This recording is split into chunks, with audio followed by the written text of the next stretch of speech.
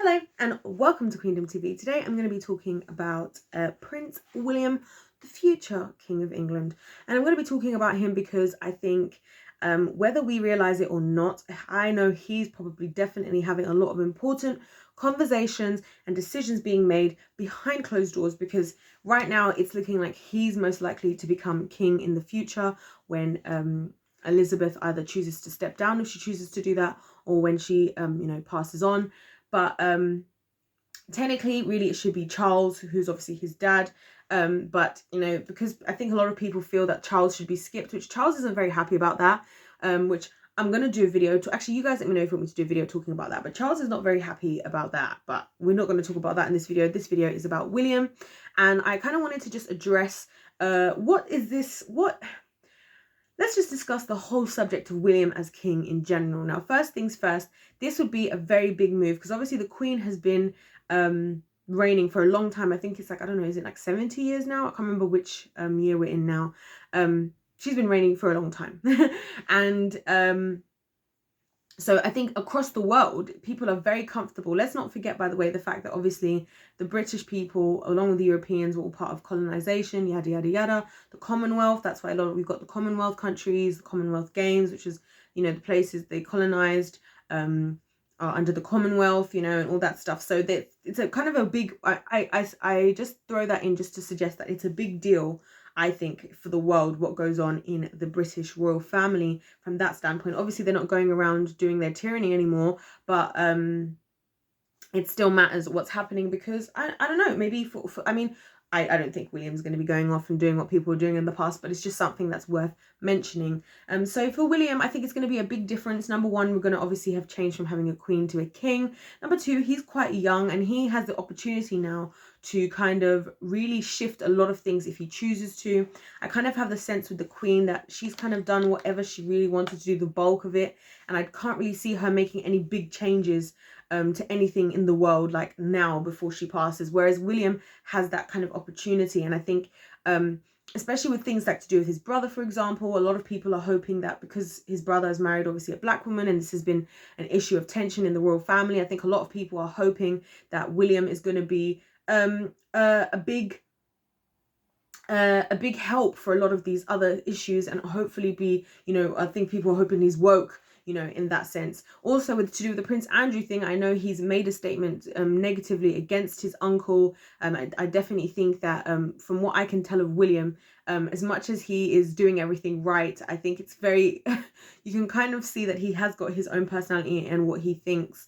And I think that's a good thing. I think it's good to have somebody who's not just going to just say whatever people want them to say, but have somebody that's actually got their own perspective on things that they're willing to fight for. But I do wonder what kind of king William will be, because obviously the difference between William and obviously Harry, obviously William being older and therefore the next person to be king, is the fact that William over the years probably has experienced the pressure up until this point of, well, you're probably going to be king or you could be king one day, which is different to Harry, which I did a video about Harry, which is in my royal family playlist, so please check it out. And please subscribe if you're feeling the vibe and you want to join the tribe. But I feel like it's very different. The way they've grown up is probably very different, because with Harry, and it's a very kind of almost like a royal kind of way of doing things, kind of royal British kind of way of doing things, is you have the whoever is the child that is going to be king or whatever is the one who has to do everything right, do everything by the book, tick every box, dot every I, cross every T kind of thing. And then if you're like the last one, if you're like the 11th sibling, they kind of just let you get away with anything. Like you can do whatever you want. And I think that has been a point probably of tension between William and Harry, because even if they want to do things together, Harry's been getting away with it. There's all sorts of things that have gone on with Harry over the years. There was one time, I'm pretty sure there was like a naked photo of him in the newspaper from where he'd been on holiday somewhere and been out drinking, or I don't know.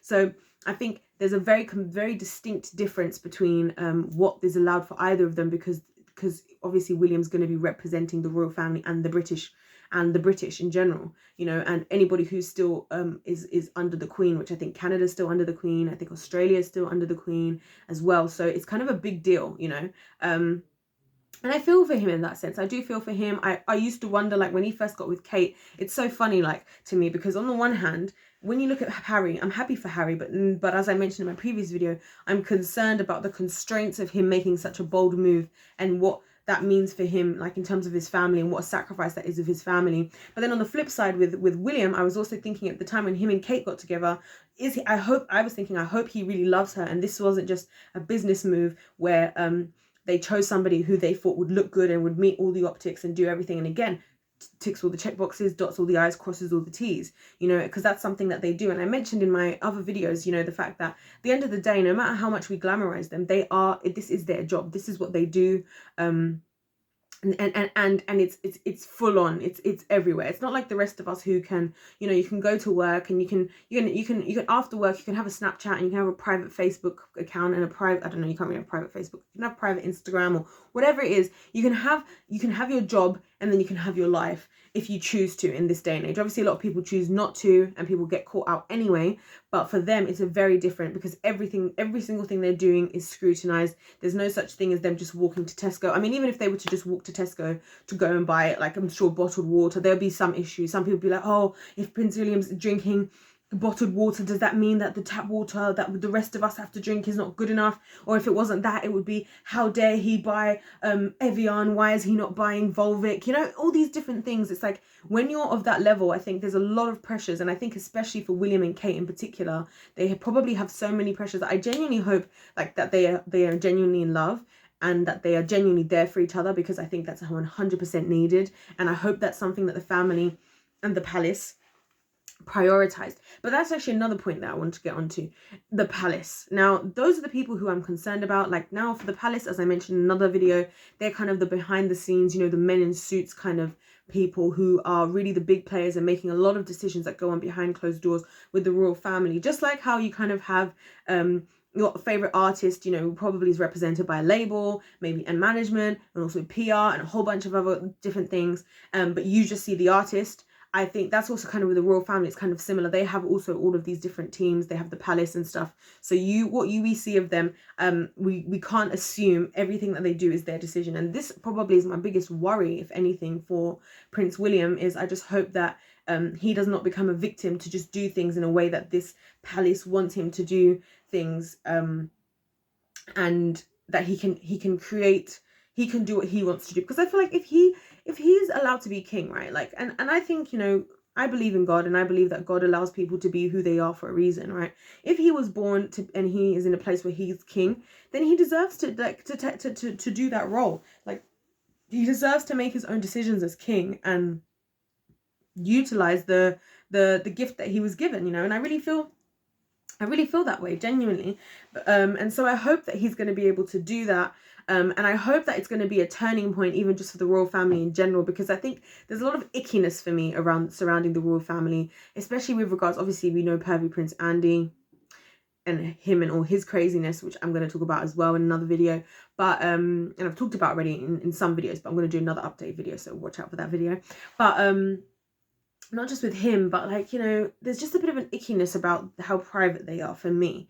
Whether that, and I'm not saying that I'm not specifically said I'm on anybody's team. I'm not like team Harry and Meghan. I'm not team royal family. I'm kind of just team, like, I want people to be happy and living a good life and be okay. That's the team I'm on. And I want that for the Queen. I want that for all of them. I want that for the Queen. I want that for Meghan and Harry. I want that for William and Kate. And I think this is the other thing about the royal family and stuff like that, and just celebrities in general. But you can see it a lot more clearly sometimes with the royal family, is as much as they very much are like a product. We treat them a lot of the time as products. We don't treat them as people. Even with this Harry and Meghan stuff and all of that, people had so many opinions, and I was one of those people as well who had opinions in the beginning. But the more that I thought about it, the more I thought, you know what?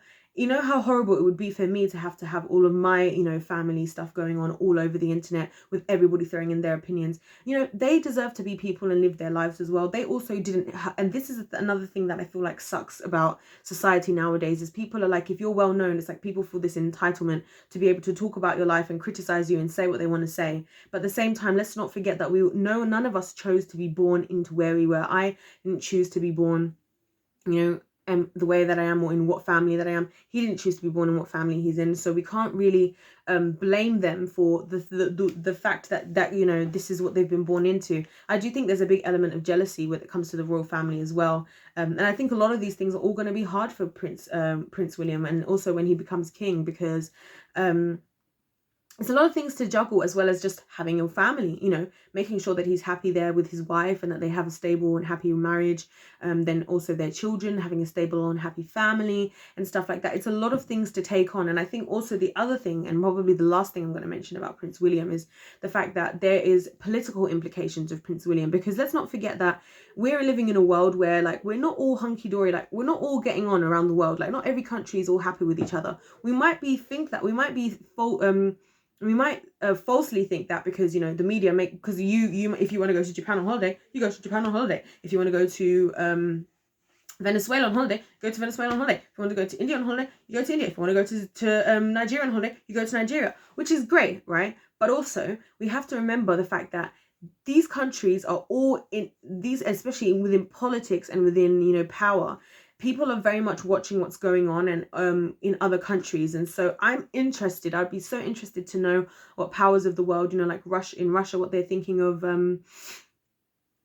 William, what they would think of that. You know, Xi Jinping, I would love to know what his thoughts might be on stuff like that, how this would affect him. I'll be interested to see how William would interact with, you know, the American government and whoever's in power at the time that he comes into power as well, as a king. Obviously it's different here because you've got the monarchy and you've also got the prime minister. But the thing about the monarchy and the prime minister, and this is where things could change significantly with Prince William, is the fact that obviously when things go through Parliament, at least this is my understanding, if I'm incorrect, anyone can correct me, but this is what I learned in history at school. So if they told me wrong in history at school in the UK, that's not my fault. But anyways, the Queen the Parliament basically comes up with the laws and stuff, and they're the ones who are out there, you know, representing whichever area they come from, yada, yada, yada. It's not quite as complicated as the American system. You know, you just have your member of Parliament, which is Parliament, you know, the governmental body. They will go and discuss things, and that your member of Parliament is from your area, whichever area you're from, yada, yada, yada. They come up with their ideas, and then, you know, the Queen does actually sign off on it. It goes, I think, to the House of Lords, and then the Queen just signs off on it. And the thing, because the Queen obviously trusts the government and the people, she doesn't stop. She's not, apparently it's very rare that she would not sign off on everything, but she does still sign off on things. So again, this could be a very interesting turn of events for Harry, because if William would start deciding that he wants to instill certain values in the British public, and if he decides to do that, he can start not signing off on things or deciding he wants other things to be signed into power. So I don't know how much he can do that. The Queen hasn't gone as far as to push a lot of that stuff. I'm not sure why. I'm not sure if it's because of the palace. I'll be very interested to know why. But yeah, it'll be very interesting to see, even on the political level, where William's going to be, because I think we could see a lot more changes in a political sense from William than we have seen from, you know, the Queen, who has done a lot of her, you know, appearances and things like that. She has her events, you know, she sends out the birthday cards to people who are 100 years old and older. They get a card from the Queen over here. Don't know if you guys knew that, which is really sweet, I think. But it's just a shame that I hope that she was able to do what she wanted to do, and she's been able to do what she's been wanting to do in her time. But we have to be aware of the fact that in the future now, we don't know exactly what's going to be acceptable and what William might decide to do with his stint and as king. So yeah, I would love to hear you guys' thoughts. What do you guys think of William and Kate in general, or just even William? And how do you feel about, you know, just the royal family in general? I'd love to hear from you guys. I'd also love to hear what you guys would like to see from me. So please comment that in the comment section down below, and hit the like button if you did enjoy this video. Also, do not forget to subscribe for more content. Like I said, I'm going to be putting out more videos on the royal family. It's something that I do actually find really fascinating, more than I would say. I don't want to say that I love them. I would say I find them fascinating. And obviously, an incredible subscriber, Miss Ellingson, you came forward to suggest this, and I'm so grateful that you did. Thank you for suggesting that. And so I'd love to hear your thoughts as well. So I'll be looking out for your comment in the comment section. Other than that, God bless you all. Thank you so much for tuning in to my channel, and I'll see you in my next one. Goodbye.